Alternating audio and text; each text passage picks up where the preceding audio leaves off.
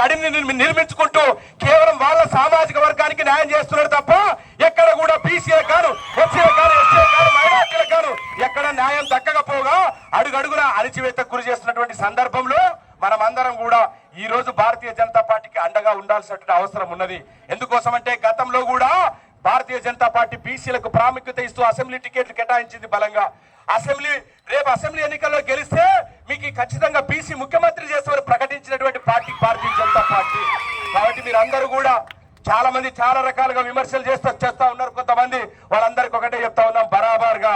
ఎందుకోసం అంటే ఈ రోజు మేము కూడా ఈ రోజు రాజకీయ భవిష్యత్తు చూసుకోవాల్సిన అవసరం ఉన్నది. నడిగడ్డ హక్కుల పోరాట సమితి పోరాడుతూ ఉంటే గ్రామాల లోపల మీకు పార్టీ లేదు కదా అంటే ఈ రోజు భరతన్న అండదండలతో భరతన్న ఇచ్చినటువంటి హామీలతో రంజిత్ కుమార్ నీవు యువకుడే నేను యువకుడే మనం అందరం యూనివర్సిటీలో కలిసి చదువుకున్నాను.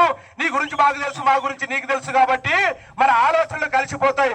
ఖచ్చితంగా నీతో పాటు నేను ఉంటా, నీ పోరాటాలకు అండగా ఉంటా. నువ్వు ఏ రైతుల కోసం అయితే ఇక్కడ కష్టపడుతున్నావో పోరాడుతున్నావో నాకు తెలుసు. నీ పోరాటంలో కూడా భాగస్వామి అయితే అన్నందుకే ఈ రోజు నేను ఇక్కడ వచ్చి నిలబడి భరతన్నకు ఓటేయాలని మీ అందరికీ విన్నవిస్తున్నటువంటి సందర్భం. కాబట్టి దయచేసి మీ అందరూ కూడా ఆలోచన చేసి ఈ ఎన్నికల లోపల రేపు జరగబోయే 13వ తారీఖున జరగబోయే ఎన్నికలు ఏవైతే ఉన్నాయో వరుస సంఖ్య 3వ నెంబర్ పేరున మన భరతన్న పేరుంటది, మన భరతన్న గుర్తుంటది. ఈ ఓట్లు వేసేటి మన ప్రధానమంత్రి మోదీకి, బీసీ ఎస్సీ ఎస్టీ మైనార్టీలకు విలువ ఇస్తున్నటువంటి మోదీకి, బీసీని ముఖ్యమంత్రిగా ప్రకటించినటువంటి మోదీకి, ఏబీసీని వర్గీకరణకు అంగీకరించినటువంటి మోదీకి, రేపు గతంలో పంచాయతీ ఎన్నికలు అత్యధికంగా నిధులు కేటాయించిన మోదీకి మనం ఓటేస్తున్నాం. కాబట్టి మీరందరూ ఆలోచన చేసి రాబోయే ఎన్నికల్లో ఓటేయాల్సిందిగా మీ అందరికీ విజ్ఞప్తిగా తెలియజేస్తూ ఈ అవకాశం మీ అందరికీ కూడా ధన్యవాదాలు